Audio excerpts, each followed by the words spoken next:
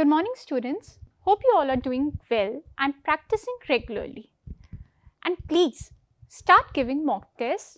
Attempting mock tests will really help you identify your strengths and your areas of improvement. See, mock tests simulate the actual exam environment, helping you become familiar with the format, time constraints, types of questions you'll encounter, and it will also help you reduce the test anxiety and several other benefits. So in short, mock tests are really very important. So please start giving mock tests. So now, without any further ado, let's start with our lecture for today. So now, let us cover another very frequently asked topic in banking examinations, that is match the column. So let's begin. So what happens in match the column? So basically in it there will be two columns. There will be a few sentences in each column. You must match the sentences in both the columns so that you can construct grammatically correct sentences. It's best to go over both the columns first. If you don't know the meaning, connect with context and eliminate the ones that cannot be matched and look at them at the end. Most likely, all of the ones that make sense have already been matched, leaving you with only the ones that you couldn't. And that's a small pot to choose from now. Fine? So is it clear? Match the column questions are common in banking exams. So candidates should brush up on their basic grammar skills so you can quickly find the correct match to form grammatically correct sentences. Grammatical errors can be easily found in some sentences. As a result, you will be able to eliminate those combinations. Next, know how to spot mistakes in a sentence so you can quickly eliminate the incorrect combinations. Also, to make a meaningful and correct sentence, combine and check the sentences in each column. Fine, so is it clear? Now, moving on, let us solve a few column-based questions. So, here's the first type. Let me first read out the instruction given. In the following questions, two columns are given containing three sentences or phrases each. In first column, sentences / phrases are A, B and C, and in the second column, the sentences or phrases are D, E and F. A sentence or phrase from the first column may or may not connect with another sentence or phrase from the second column to make a grammatically and contextually correct sentence. Each question has 5 options, 4 of which display the sequence in which the sentences or phrases can be joined to form a grammatically and contextually correct sentence. If none of the options given forms a correct sentence after combination or none of them connects, mark E, that is none of the above, as your answer. So I hope the instructions are clear. Fine. So here's the first question. Start solving.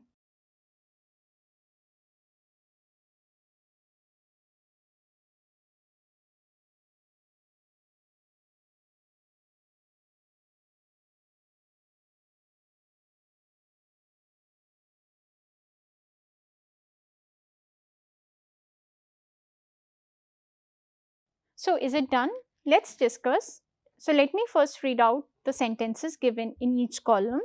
So in column 1, sentence A, we talk and plan and dream about nothing. But sentence B, there were many people in his dream. And sentence C, everything I found in books that pleased me I retained in my memory.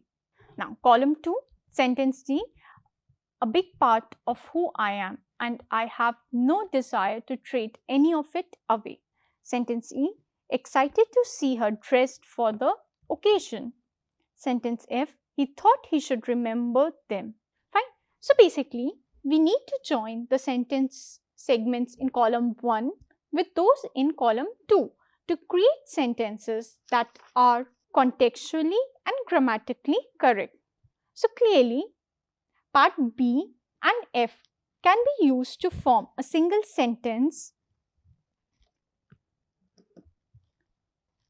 as part B talks of a dream and part F justifies it by stating that he should remember them. So clearly part F is continuation of part B. Also part B has a conjunction, which means the next part of B should start with a noun or pronoun.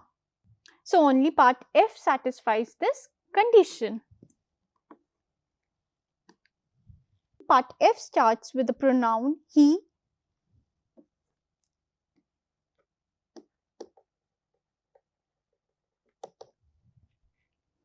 As for the remaining parts, part A has the subject we. But none of the options in column 2 actually have a plural subject. Now part C is a complete sentence itself and would require a conjunction in the next part, but none of the options in the column 2 fulfills this requirement. So clearly only B and F connect. Hence, clearly option 2 is the correct answer. I hope it is clear. Now moving on, solve the next question.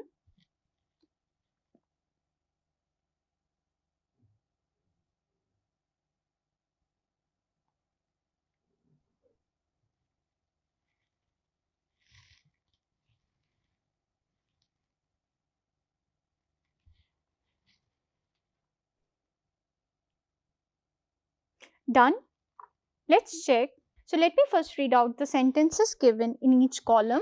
Sentence A, in order to lessen its dependence on nuclear weapon, the US developed layered missile defenses. Sentence B, the most important achievement of nuclear arms control. Sentence C, the key difference with today's return of major power rivalry is that. Now coming to column 2, sentence D, it is no longer a bipolar world and nuclear arms control is no longer governed by a single binary equation. Sentence E, Russian nuclear arsenals would be unconstrained by an agreement. Sentence F, and conventional prompt global strike PGS capabilities that use conventional payloads against strategic targets. So again, we need to join the sentence segments in column 1 with those in column 2 to create sentences that are contextually and grammatically correct. So on reading carefully, it is obvious that part A and F form a sentence, as part F is continuation of part A, and on joining them, they are forming a meaningful sentence. Similarly, part C and part D form a meaningful sentence on joinings. Hence, coming to our options, clearly option 4, that is AF and CD, is the correct answer. I hope it is clear. Now, moving on, here's the next type asked. Let me first read out the instructions. In following questions, 2 columns, column 1 and column 2, and 3 sentences are given, which are divided into 2 parts. Column 1, A, B and C consists of the first half of each sentence, and column 2, D, E and F consists of the second half of each sentence. Match column 1 with column 2 so that the sentences formed are both meaningful and grammatically correct. Choose the option as your answer. Fine. So is it clear? So here's the first question based on this type. Start solving.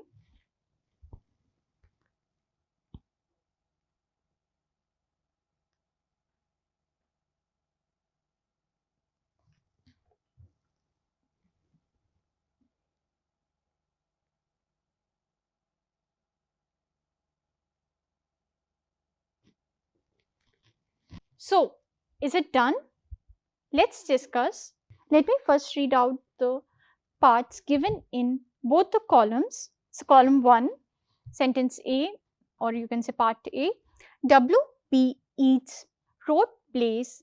Part B, Shakespeare uses words and phrases to foreshadow. Then part C, Nicholas Nickleby has humorous language. Now, next is column 2, part D, conflict and tension in the story. Part E, and complicated situation in the story. Part F, which is based on Irish themes. So let's analyze our options first. So by looking at our options, there are two combinations for A, that is either AF or AE. So A can be either joined to F or E. So let's try it out. So on combining part A and F, it is clear that they are grammatically wrong as the place is plural and the subordinate clause should be also plural. The right sentence would have been W.B. Yeats wrote plays which are based on Irish themes. But here, since is used, which is singular, hence it is wrong. Hence, A cannot be connected with F. Now, next combination, which is AE, is also wrong as it does not form a meaningful sentence on joining. Hence, all the other options are ruled out. Hence, only option E is remaining. Other options will be eliminated. Also, part C and part E and part B and D form a meaningful as well as grammatically correct sentence on joining. Hence, option E is the right answer choice. So, is it clear? Now, moving on, here's the next question. Solve it.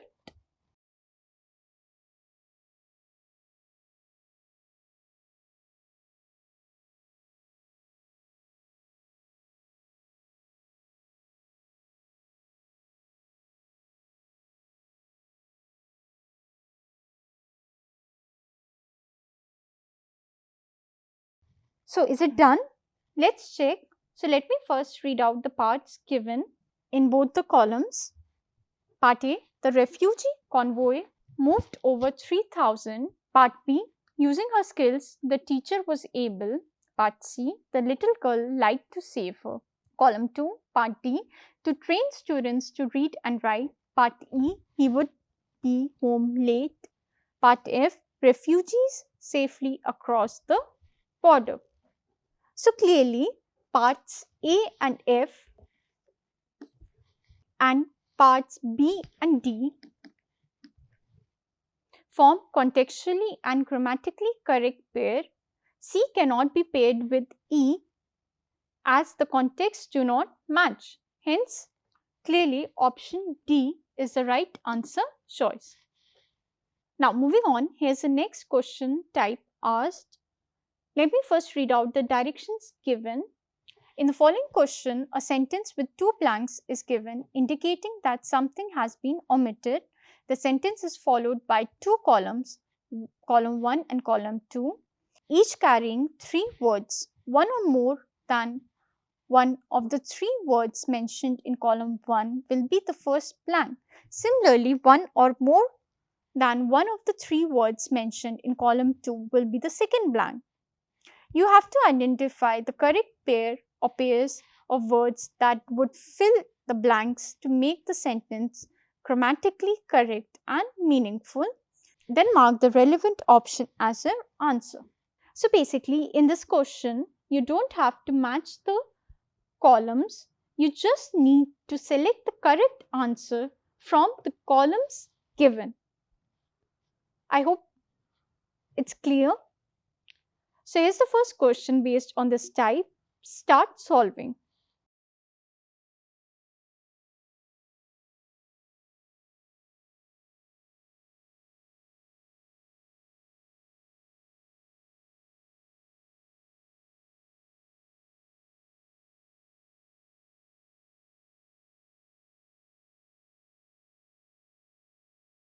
So, is it done?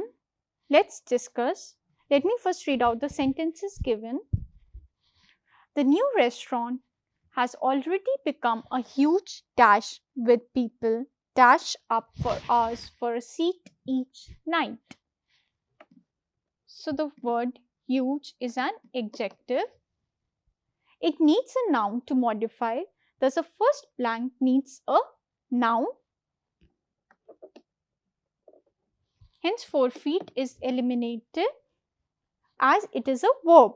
Forfeit means to lose the right to do or have something because you have broken a rule or done something wrong. Therefore, option B and E are automatically eliminated. Right? Now, on analyzing the remaining options, it is obvious that part C, that is success, fits in blank 1. Hence, clearly option A, that is C and D, is the right answer choice because C and D form a perfect pair with respect to tone and context of the sentence. Both the words in C and D fit perfectly in the blanks respectively. Now, if we analyze the remaining words, ignoring is a negative word, whereas success is a positive word which makes the tone of the sentence also positive. Hence, it is not suitable for blank 2. Therefore, we cannot combine C with F. Am I making myself clear? Therefore, option D is also ruled out. Hence, clearly option A, that is C and D, is the right answer. Fine. Now, moving on, here's the next question. Solve it.